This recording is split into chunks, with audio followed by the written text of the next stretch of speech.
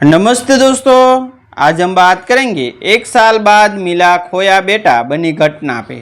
साल 2025 की गर्मियों का वह समय था जब औरंगाबाद शहर में वट सावित्री का पूजा की तैयारियां पूरे जोरों पर चल रही थी। हर गली पर मोहल्ला सज रहा था। सुहागनी महिला नए कपड़े पहनकर वट वृक्ष की पूजा की तैयारी कर रही थी और घर घर में खुशियों का माहौल था। लेकिन इसी खुशी के बीच एक ऐसा हादसा हुआ जिसने पूरे शहर को हिला कर रख दिया। औरंगाबाद के एक साधारण से मोहल्ले में रहने वाली रीमा चौहान अपने 5 साल के बेटे आरव के साथ पूजा की तैयारी में लगी हुई थी। आरव बहुत चंचल और मासूम बच्चा था जिसकी हंसी से घर हमेशा गूंजता रहता था। उस दिन भी वह अपनी माँ के आसपास ही खेल रहा था। कभी फूलों से खेलता तो कभी पूजा की थाली को छूने की कोशिश करता। रीमा ने उसे कई बार समझाया, आरव बेटा दूर मत जाना, यही खेलो। और वह मुस्कुराते हुए ठीक है मम्मा कहकर फिर अपनी दुनिया में खो जाता। पूजा का समय करीब आ रहा था और रीमा कुछ देर के लिए अंदर रसोई में चली गई। बस वही कुछ मिनट, वही कुछ पल जो उसकी जिंदगी बदलने वाले थे। जब वह बाहर आई तो उसने देखा कि आरव वहाँ नहीं था। पहले तो उसने सोचा कि शायद वह पास में ही कहीं खेल रहा होगा। उसने आवाज़ लगाई, आरव आरव बेटा, लेकिन कोई जवाब नहीं आया। धीरे धीरे उसकी आवाज़ में घबराहट बढ़ने लगी।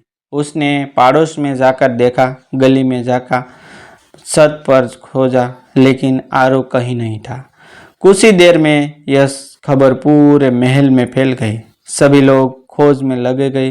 किसी ने कहा शायद मंदिर के पास चला गया होगा, तो कोई बोला शायद पार्क में होगा। लेकिन हर जगह तलाशने के बाद भी आरव का कोई पता नहीं चला।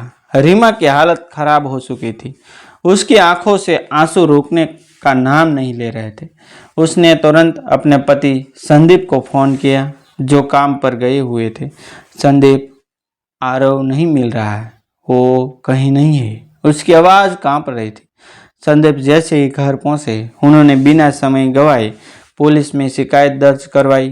पुलिस ने तुरंत केस दर्ज किया और बच्चे की तलाश शुरू कर दी। पूरे शहर में अलर्ट जारी कर दिया गया। सीसीटीवी फुटेज खंगाले गए। रेलवे स्टेशन, बस स्टैंड, मंदिर, बाजार, हर जगह जांच शुरू हुई, लेकिन हर बार नतीजा शून्य ही रहा। दिन हफ्तों में बदले, हफ्तों महीनों में, और फिर एक साल गुजर गया। रीमा और संदीप के लिए हर दिन एक सजा जैसा बन गया था। उनका घर जो कभी आरव की हंसी से भरा रहता था, अब खामोश हो चुका था। रीमा हर रोज उसी जगह बैठती जहां आरव खेला करता था। उसके खेलने आज भी थे, वैसे ही रखे थे जैसे उसने छोड़े थे। उसने कभी उम्मीद नहीं छोड़ी। हर दरवाजे की दस्तक पर उसे लगता कि शायद उसका बेटा लौट आया था। संदीप बाहर से मौजूद दिखने की कोशिश करते, लेकिन अंदर से वह भी टूट चुके थे। उन्होंने अपनी पूरी ताकत लगा दी। प्राइवेट इंजन या पोस्टर, सोशल मीडिया, हर जगह उन्होंने अपने बेटे की तस्वीर पहुंचाई, लेकिन जैसे आरव हवा में गायब हो गया हो। एक साल बाद जब उम्मीद लगभग खत्म हो चुकी थी, तभी अचानक एक दिन पुलिस को एक सूचना मिली। एक महिला जो शहर के दूसरे इलाके में रहती थी, उसके पास एक बच्चा था जिसकी शक्ल काफ़ी हद तक आरव से मिलती थी। पुलिस तुरंत हरकत में आई। जब पुलिस उस महिला के घर पहुंची तो वहां जो दृश्य था उसने कभी सभी को चौंका दिया। एक छोटा सा घर और अंदर वही बच्चा जो अब थोड़ा बड़ा लग रहा था, लेकिन चेहरे की मासूमियत वही थी। पुलिस ने जैसे ही उसे देखा, उन्हें शक यकीन में बदलता नजर आया। महिला का नाम सविता था। उसने पहले तो कहा कि बच्चा उसका ही है, लेकिन जब पुलिस ने सख्त दिखाई और सुबह दिखाई तो उसकी कहानी बदलने लगी। जांच में सामने आया कि सविता ने ही उस दिन पूजा के दौरान भीड़ का फायदा उठाकर आरव को उठा लिया था, क्योंकि वह खुद मां नहीं बन सकती थी। उसने उस मासूम को अपने बच्चे की तरह पालना शुरू कर दिया। उसे नया नाम दिया, रोहन। पूरा एक साल उसे बच्चे ने उसी महिला को अपनी मां मान लिया था। जब पुलिस ने आरव को अपने साथ लिया तो वह डर गया। वह रोने लगा, मम्मी मम्मी, और सविता की तरफ भागने लगा।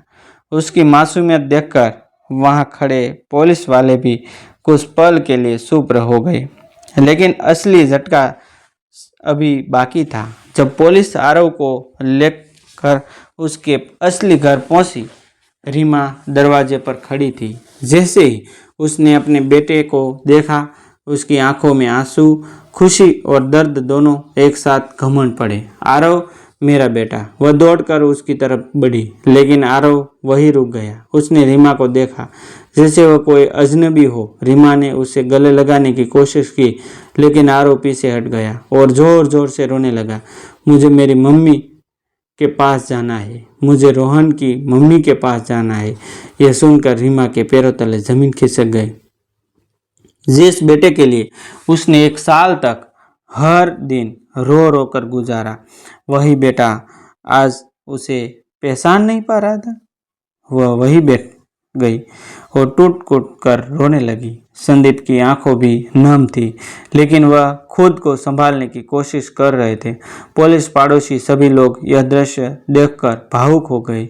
एक तरफ वह माँ थी जिसने अपने बच्चे को जन्म दिया था, और दूसरी तरफ वह महिला जिसने उसे 1 साल तक माँ का प्यार दिया। लेकिन सवाल अब वह यह था, क्या आरव फिर से अपनी असली माँ को पहचान पाएगा?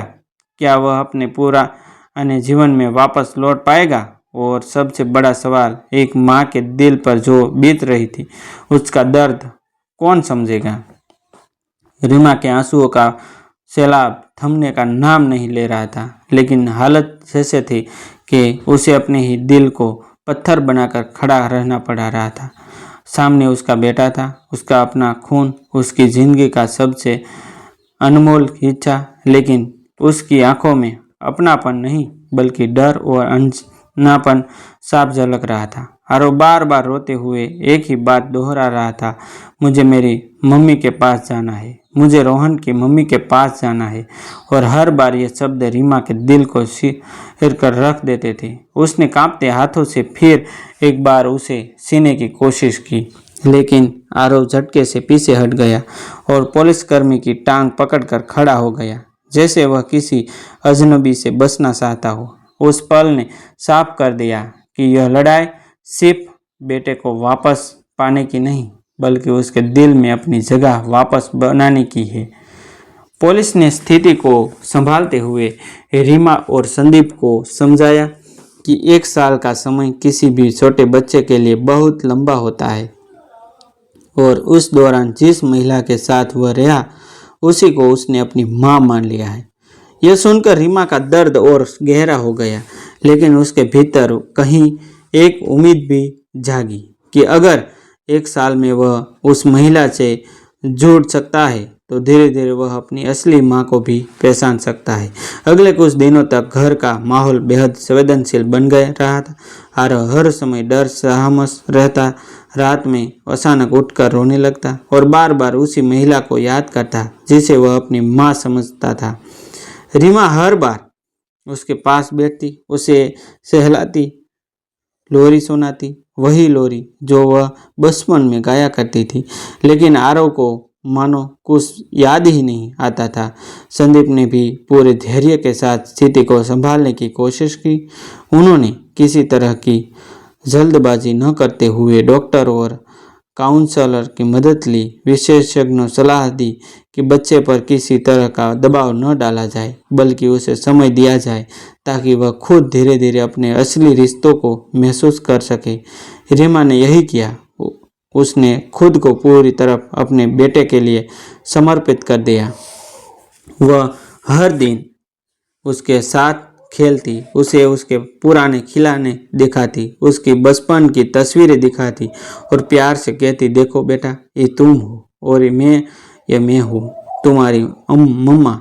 शुरुआत में आरव इन सब चीज़ों को समझ नहीं पाता, लेकिन कहीं न कहीं उसके मन में हलचल जरूर होने लगी थी। एक दिन ऐसा आया जब आरव खेलते खेलते अचानक रुक गया। उसने एक पुराना टेडी बियर उठाया और कुछ पल तक उसे ध्यान से देखता रहा। फिर धीरे से बोला, यह मेरा है। रीमा की सांसें जैसे थम गई। उसने धीरे से कहा, हाँ बेटा, ये तुम्हारा है। तुम इसे बहुत पसंद करते हैं। उस दिन पहली बार आरव ने बिना डरे रीमा की तरफ देखा। यह छोटा सा पल रीमा के लिए किसी चमत्कार से कम नहीं था।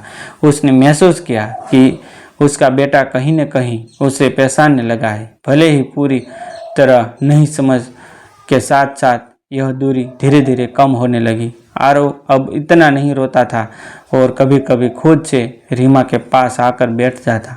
हालांकि वह अभी भी मम्मी कहने में हिचकिचाता था, लेकिन उसके व्यवहार में बदलाव साफ नजर आने लगा था।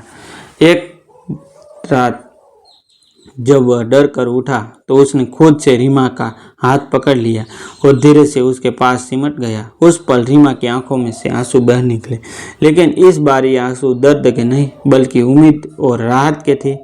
उधर पुलिस ने सविता के खिलाफ सख्त कार्यवाही शुरू कर दी थी। अदालत में केस चला और यह साफ हो गया कि उसने जानबूझकर बच्चे का अपहरण किया था। हालांकि उसने यह दलील दी कि वह सिर्फ मां बनने की चाहत में ऐसा कर बैठी, लेकिन कानून ने उसे गंभीर अपराध माना। इस पूरे मामले ने समाज को भी झुकझुकार कर दिया रखा था। लोगों ने समझा कि एक पल की लापरवाही किस तरह पूरी जिंदगी बदल सकती है। करीब 2 महीने बाद एक सुबह ऐसा हुआ जिसे रीमा जिंदगी भर नहीं भूल पाएगी। आरव खेलते खेलते उसके पास आया, कुछ पल उसे देखा और फिर धीरे से बोला, मम्मा, बस एक शब्द। लेकिन बस इस एक शब्द ने ऐसे 1 साल का सारा दर्द धो दिया। रीमा ने उसे तुरंत गले से लगा लिया और टूट टूट कर रोने पड़ी। संदीप भी यह दृश्य देखकर खुद को रोक नहीं पाए। उस दिन के बाद सब कुछ धीरे धीरे सामान्य होने लगा। आरव अब अपने पुराने घर, अपने असली माँ बाप के साथ सहज होने लगा था। हालांकि उस 1 साल की साया पूरी तरह खत्म होने के वक्त लगा गया, लेकिन अब उम्मीद जिंदा थी। यह कहानी सिर्फ एक बच्चे के दिल मिलने की नहीं, बल्कि एक माँ के अटूट प्यार, धैर्य और विश्वास की कहानी है, जो हर मुश्किल को पार कर अपने बच्चे के दिल तक फिर से पहुँच गई।